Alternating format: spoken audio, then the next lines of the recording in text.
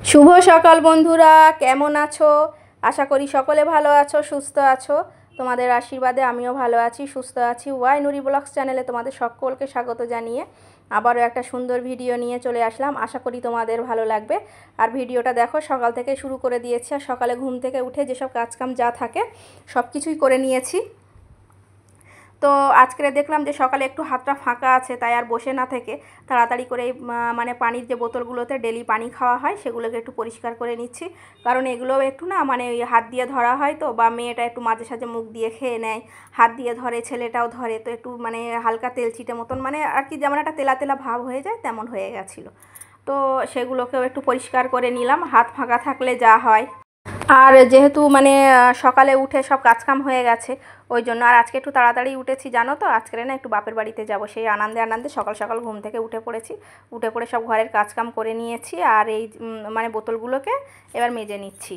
আর একটু ভালো করে ধুয়েও নেব, কারণ মানে মেজেছি যেহেতু সাবান দিয়ে, তো একটু ভালো করে মানে ঘষে ঘষে ধুয়ে নিলে না কি বলো তো, যেই সেই ধুয়ে নিলে একটু সুবিধা হয়। আর তো রান্নার জায়গা দেখে বুঝতে পারছো যে আমার মানে মোটামুটি রান্নাঘর পরিষ্কার হয়ে গেছে, ঘরও পরিষ্কার হয়ে গেছে। আর বোতলগুলোকেও মানে মাজা ঘষা করে পরিষ্কার করে নিলাম। আর ভিতরে একটু পানি ভরে দিচ্ছি, কেন বলো তো, ওই যে তোমার মানে মাজা হয়েছে তো, আর ভিতরে যেহেতু সাবান দিয়ে ধুয়েছি, কেমন একটা যেন মানে সাবান সাবান, হয়তো পানি ভরলে গন্ধ হয়ে যেতে পারে।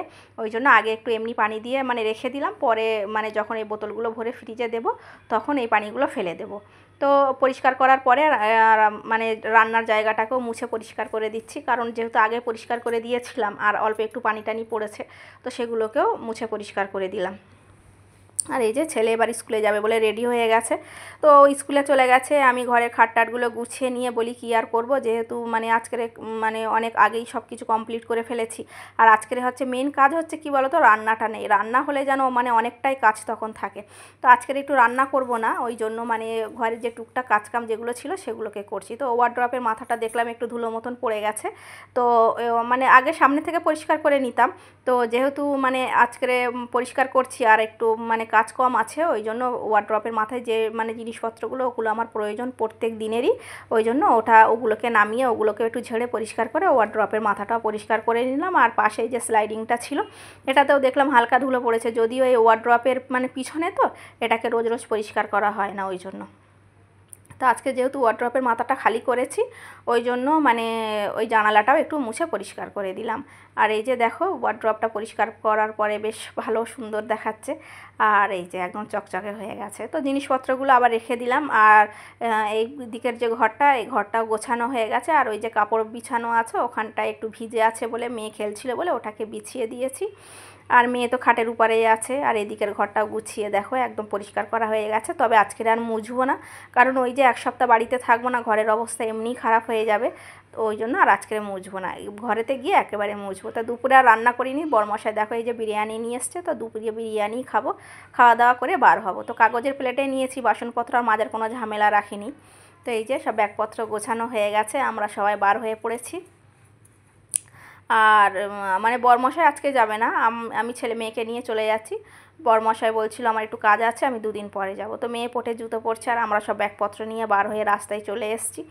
মানে আমাদের গাড়ি আসার অপেক্ষায় আছি, গাড়ি আসার অপেক্ষায় রাস্তায় দাঁড়িয়ে আছি। যেহেতু বাপের বাড়িতে যাব, এমনি তো আনন্দ হচ্ছে, আর অনেক দিন পরেই যাচ্ছি।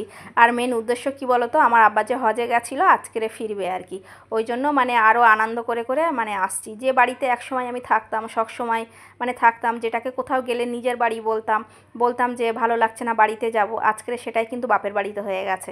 জানো তো, সকালবেলায় বরকে বলছিলাম যে আজকে বাপের বাড়িতে যাব, এখন বাপের বাড়ি হয়ে গেছে, আর তখন নিজের বাড়িতে ছিল। সত্যি মেয়েদের জীবনটা কতটা পরিবর্তন হয়ে যায়। এখন যেটাতে থাকি সেটা আমারও বাড়ি, কিন্তু আমার নিজের নয়, ওটা আমার মানে বরের বাড়ি আর কি। কিছু বলতে গেলে বলতে হয় বরের বাড়ি কি শ্বশুর বাড়ি কি বাপের বাড়ি। তবে যাই হোক, মেয়েদের একটা নিজের বাড়ি থাকা খুবই প্রয়োজন। আর এখানে আমি কিছু মিষ্টি নিয়ে নিলাম বাপের বাড়ি যাব বলে। আর ওইখানে একটু পানি আর একটু কোল্ড ড্রিঙ্কস নিলাম, ওগুলো গাড়িতে খাওয়ার জন্য। আর মেয়ে এখানে ফ্রুটি খাচ্ছে। আর এই যে মিষ্টিগুলো নিয়ে গাড়িতে ছেড়ে দিলাম। আর বর ওই যে টাটা করে দিচ্ছে আমাদেরকে, ও আবার পরে আসবে। তো এই যে বাজার থেকে গাড়ি ছেড়ে দিলাম, আর আসছি, বেশ ভালো লাগছে। আর বার হওয়ার কিছুক্ষণ আগেই না মানে প্রচুর জোরে বৃষ্টি হয়েছিল। আর তারপরে মানে রাস্তাপথ সব কাদা কাদা হয়ে গেছিলো বৃষ্টির পানিতে।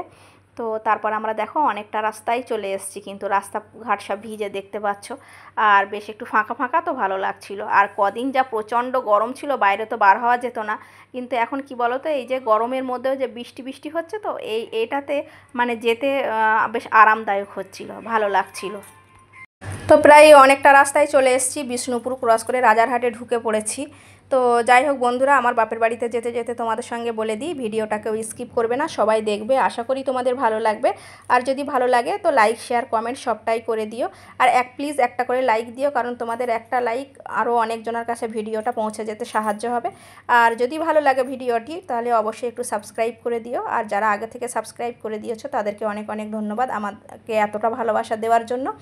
আর যদি ভিডিওর কোনো অংশ যারা নতুন দেখছো তাদের যদি ভালো লাগে তো অবশ্যই একটু সাবস্ক্রাইব করে দিও।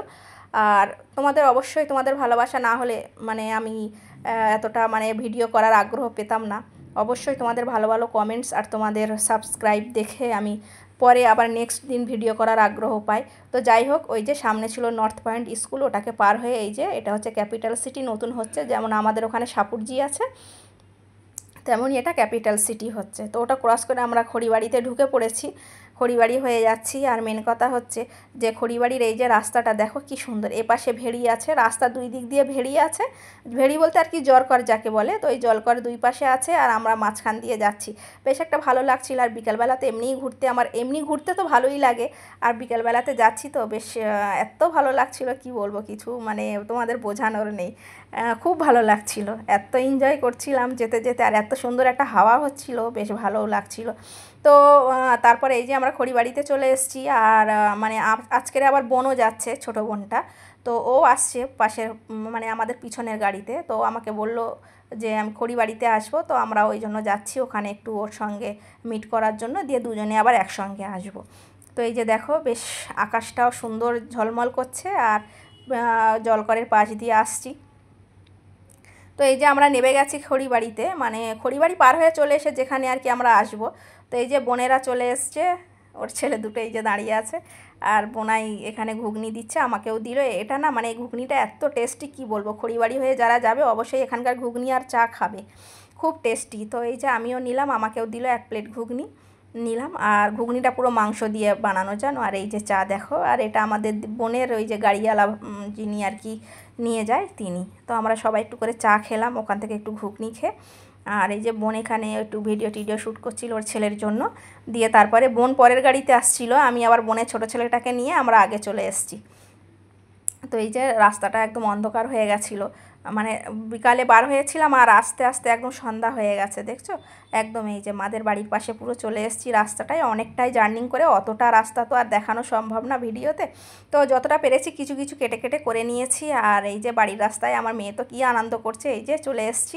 আর আমারও আনন্দ হচ্ছে যে বাপের বাড়িতে চলে এসেছি, সত্যি বাপের বাড়িতে আসার একটা আনন্দই আলাদা, কত কিছু এখানে দাদারা আছে, ভাবিরা আছে, মা আছে, বোনেরা আছে, জামাইবাবুরা আছে, সত্যি খুবই আনন্দ হয়। ঘরে তো আমি সারাদিন একাই থাকি, আমার ঘরে কেউ নেই। ওই যে দেখো বোনেদের গাড়িও চলে এসছে, আর আমার গাড়ি আমিও পিছনে আসলাম।